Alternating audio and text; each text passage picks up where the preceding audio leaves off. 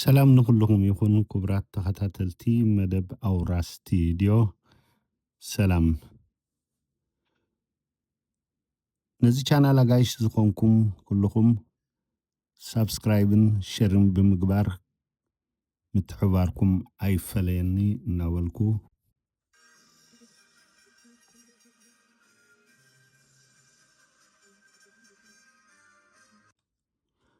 ኣብዚ ወርሒ እዚ ብናይ ትማሊ ዕለት ዘዘክረኒ ነገር ተዳሃልዩ ኣብ 1994 ካብ ብዙሕ ኣሃዱታት ዝተኣከቡ ስንኩላን ኣብ ማይ ሓባር ብግዚያዊ ማዓስከር ዝነበሩ ዝተረሽንሉ ዕለት ምዃኑ እዩ።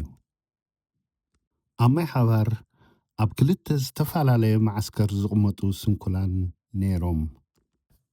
እቶም ብመምዘኒ ስንክልና ደረጃ ኣዝዮም ስንኩላን ዝተባህሉ ካብ ላሳለ ዝመፁ ኣብ ቋሚ ማዓስከር ክነብሩ ከለዉ እቶም ድሓን ስንክልና ኣለዎም ዝተባህሉ ካብ ዝተፈላለየ ኣሃዱታት ዝተኣከቡ ድማ ብግዚያዊ ማዓስከር ይነብሩ ነበሩ።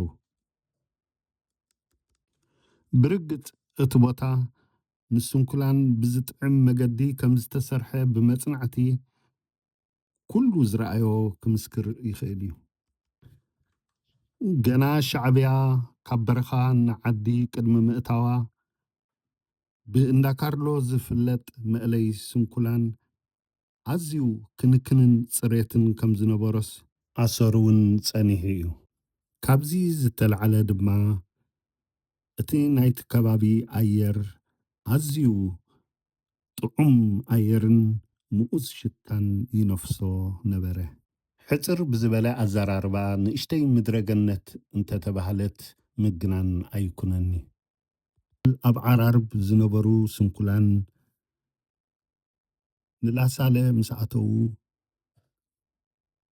ኣብ 1992 ቦታ ተደልዩሎም ንማይ ሓባር ብቀዋሚ ማዓስከር ይነብሩ ነበሩ። ሻዕብያ ግን ከም ጥልቂ ክፍኣታ ብሓቂ ነቲ ቦታት ዝመስል ብዓይኒ መሰል ሪኣ ንስንኩላን ይጥዕሙ ኢላ ድያ ኣብ ማይ ሓባር ኣስፊራቶም? ሕቶ ምልክት እዩ። መልሱ ከዓ ላ ኣይፋሉ። ሻዕብያ ኣብ ልዕሊ ስንኩላን ዝነበራ ጽልኢ እናበረኸ ይኸይድ ስለ ዝነበረ ኩሉ ኣብ ልዕሊኦም ክትገብሮ ሓሲባ ዝነበረት ጸቕጥን ዓመፅን ኣጸምያ ብዙሕ ህዝቢ ኣብ ዘይብሉ ድምፆም ከይስማዕ ስቃዮም ንኽናዋሕ ምስክር ከይረኽቡ ኢላ ዝገበረቶ እዩ። ብዝተለምዎ ትልሚ መሰረት ድማ ኣብ ነብሲ ወከፍ ኣሃዱ ካብ ላዕለዋይ ኣካል ሴርኩላር መጽያ ተባሂሉ ስንኩልን ጥቓ ስንኩልን ዝቐርብ ዘበለ ኩሉ ዝመሰሎም ናብቲ ግዚያዊ ማዓስከር ማይ ሓባር ክሰድዎ ተኣዘዙ። ብድሕሪ እዚ ማይ ሓባር በቶም ካብ ኣሃዱታት ስንኩላን እዮም ተባሂሎም ናብ ግዚያዊ ማዓስከር ዝተሰዱ ግን ከዓ ኣጓብዝ መንእሰያት ዲርዲር ዝብሉ ኣዕለቕለቐለኽት ምናልባት ኣብ መንጎኦም ገለ ሓደ ዓይኖም ገለ ድማ ሓደ ኢዶም ገለ እውን ምርኩስ ዝሓዙ ትረክብ ትኸውን እምበር መብዝሕትኦምስ ኣብ ምንታይ እዩ ነይሩ እቲ ጸገሞም ክትፈልጦ ዝከኣል ኣይነበረን። ከምቲ ኩልና ንሰምዖ ዘይንቡር ኣበሃህላ ሻዕብያ ክልተ ኢድን ክልተ ዓይንን መጋየፂ ምዃኑ እቲ ዘድሊ ሓንቲ ዓይኒ መተንሸኒ ሓንቲ ኢድ ድማ መስሓቢ ቃታ ጥራይ እዩ ኣድላይ ዝብሉ ዝነበሩ ወረ እቶም ካብ ፍቆዶ ኣሃዱታት ስንኩላን ኢሎም ዝኣከቦምስ መብዝሕትኦም ክልተ ኢዶምን ክልተ እግሮምን ክልተ ዓይኖምን ነይሮም። ገሊኦምስ ምስ ዝተላለኻዮም ግዳ ቅርብ ኢልካ እንተሓቲትካዮም ብምንታይ ዳ ተጣይስኩም እንተዳ ኢልካዮም ገሊኦም ላምፐን ኢሎሙና ይብሉ፣ ገሊኦም ድማ ካስላን ተባሂልና ይብሉ። ካስላን ማለት በቲ ቋንቋ ገድሊ ሃካይ ምዃኑ እዩ። ብዝኾነ ማይ ሓባሪ ቦታኹም ተባሂሎም ናብራ ምስ ጀመሩ ገዛ መዕቀሊ ስለ ዘይነበሮም ኣብ ቴንዳ ይዕቅሉ ነበሩ። ማይ ሓባር ብተፈጥሮኡ ብክልተ ክረምቲ ክልተ ወቕቲ ስለ ዝጽሎ ኣብቲ ግዜ እቲ ማይ ብብዝሒ ይዘንብ ነበረ። ብታሕትን ብላዕልን ድማ ማይ ኣደራዕ ነብሶም ንብረቶም መደቀሲኦምን ንምብልሻው ተቓልዑ። ብዛዕባ ንኣመጋግቦኦም ብዝምልከት እውን እንተኾነ ልክዕ ከምቲ ኣብ ሃድኦም ዝነበርዎ ኣብ ደገ መጋርያ ኣጉዶም ዕንጨይቲ ኣርዮም ቅጫ እናቐጭቀጩ ይምገቡ ነበሩ። ብሓፈሽኡ ኣብቲ ቦታ እቲ መነባብሮኦም ሕማቕ ከም ዝነበረ ኣብቲ ከባቢ ዝነበረ ሰብ ከይተረፈ ዝምስክሮ ሓቂ እዩ። ብከምዚ ሕሰም ናብራ መከርኦም ምስ ነውሐ ጥርዓናት እኳ እንተብዝሑ ሰማዒ እዝኒ ግን ኣይረኸቡን። ንምረቶም መፍትሒ ምስ ሰኣንሉ ድማ ሕቶኦም ብሰላማዊ ሰልፊ መንገዲ ክገልጹ ተበገሱ። እቲ ጉዕዞ ድማ ብእግሪ ንኣስመራ ናብ ቤት ጽሕፈት ሰክሬታርያ ስለ ዝነበረ ገና ጉዕዞኦም ምስ ጀመሩ ኣብ ክሳድ ነፋሲት ምስ ተቐልቀሉ ብዘይንሕስያ ብጭካነ ብተመልከተለይ ብኣድራጋ ጥይት ብፆቶም ክወድቁ ጀመሩ። ብመሰረቱ ሕቶኦም ዝነበረ ሕቶ ናይ ናብራ ምምሕያሽ እምበር ዝኾነ ፖለቲካዊ ሕቶ ክስቶ ካብ ስልጣን ይውረድ ዝብል ሕዝቶ ኣይነበረን። እዚ ድማ እቲ ኣብ 1993 ናይ ተጋደልቲ ኣድማ ዝተገብረ ካብኡ ዝተፈለየ ሕቶ ኣይነበረን። እቲ ሕቶኦም ብመሰረቱ ህዝብን መንእሰይን ከለዓዕል ዝኽእል ኣይነበረን። ኣብቲ ግዜ እቲ ህዝቢ ክረድኦምን ህዝቢ ክርድኦምን ብዝግባእ መገዲ ዘቐመጥዎ መሰረት ኣይነበረን። ከምዚ ስለ ዝኾነ ከዓ እዩ እቲ ብኣልማማ ጥይት ብፆቶም ክወድቁ ከለዉ ህዝቢ ለዓይተን ብድሕሪት ህዝቢ ነፋሲት ብቕድሚት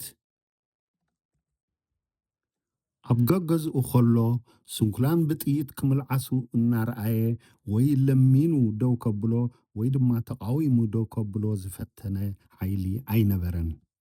እቲ ናይ ስንኩላን ምንቅስቓስ ስለ ዘይፈለጠ ነንሕድሕዶም እዮም ንሶም ብንሶም እዮም ኢሉ ኣብ ገዝኡ ተዓፅዩ ይርኢ ነበረ።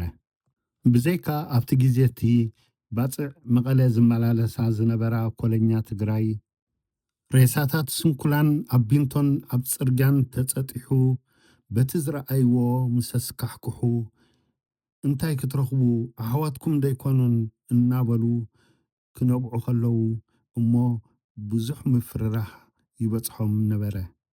እቲ ዝሕዝን ግን እዞም ነባራት ተጋደልቲ ስንኩላን ነቲ ስርዓት መን ምዃኑን ከመይ ምዃኑን እናፈለጡ ዝኾነ ፖለቲካዊ ሕቶታት ዘይምልዓዓል ጥራይ ዘይኮነ ብድሕሪቲ ዝተገብረ መርሸንቲ እውን እንተኾነ ንዕኡ መዝሚዞም ምስ ህዝቢ ክማኸሩ ኣይተረኣዩን። እዚ ድማ ክንዲ ምንታይ ናይቲ ስርዓት ዓቀባውያንን ደገፍትን ምዃኖም ምስክር እዩ። ብዓይኒ ሓቂ እምበኣር ካብቶም ኣሕዋቶም ተጋደልቲ ብኣተሓሳስባ ዝተፈለዩ ኣይኮኑን። ወረ ኣብ ገለገለ ሲቪል እንትኾንካ ክትሓቶም ከለኻ እንታይ ዳ ኣጋጢሙ ኢልካ ስራሕካ ግበር እንታይ ገደሰካ እዚ ናይ ውሽጥናዊ ጉዳይ እዩ ዝብሉ ብዙሓት ነይሮም እዮም። መብዛሕትኦም ስንኩላን ነቲ ስርዓት ሰንኪልናሉ ኢና ዝሰንከልናሉ ዕላማ እዩ ኢሎም ስለ ዝሓስቡ ኣጸቢቖም ኣጽኒዖም እዮም ዝድግፍዎ። እዚ ድማ ምኽንያት ኣለዎ።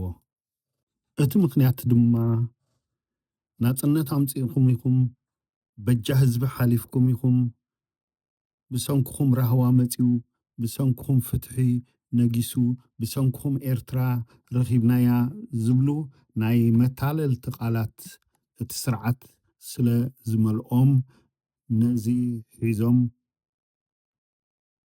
ብዘይካ ክሕበኑ ካልእ ኣማራጺ ኣይወሰዱን ኣብ ነፍሲ ወከፍ ስንኩል እምበኣር እዚኣ ኣተሓሳስባ እዚኣ ኣላ ምእንቲ ህዝቢ ከም ዝተበጀወ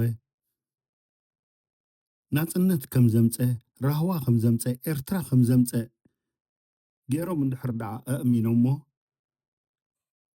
ነዚ ክዕቅብ እናተሓበነ እዩ ዝነብር ምስቲ ስርዓት ካልእ ኣማራፂ የብሉን ኣነ ብወገነይ ዝኣምኖ ርእቶ ከቐምጥ ከለኹ ንዓይ ኢሉ ዝተጋደለ ዝተሰውአ ዝሰንከለ ከም ዘየለ እየ ዝፈልጥ ምናልባት ግን በዚ ኣንጻር እዚ ንዓኻ ኣብ ደልሃመት ከነእቱ ኢና ተጋዲልና ንዓኻ ኣብ ደልሃመት ከነእቱ ኢና ተሰዊና ንዓኻ ኣብ ደልሃመት ከነእቱ ኢና ሰንኪልና ዝብለኒ እንተልዩ ብርግፅ ክቕበሎ ይኽእል እየ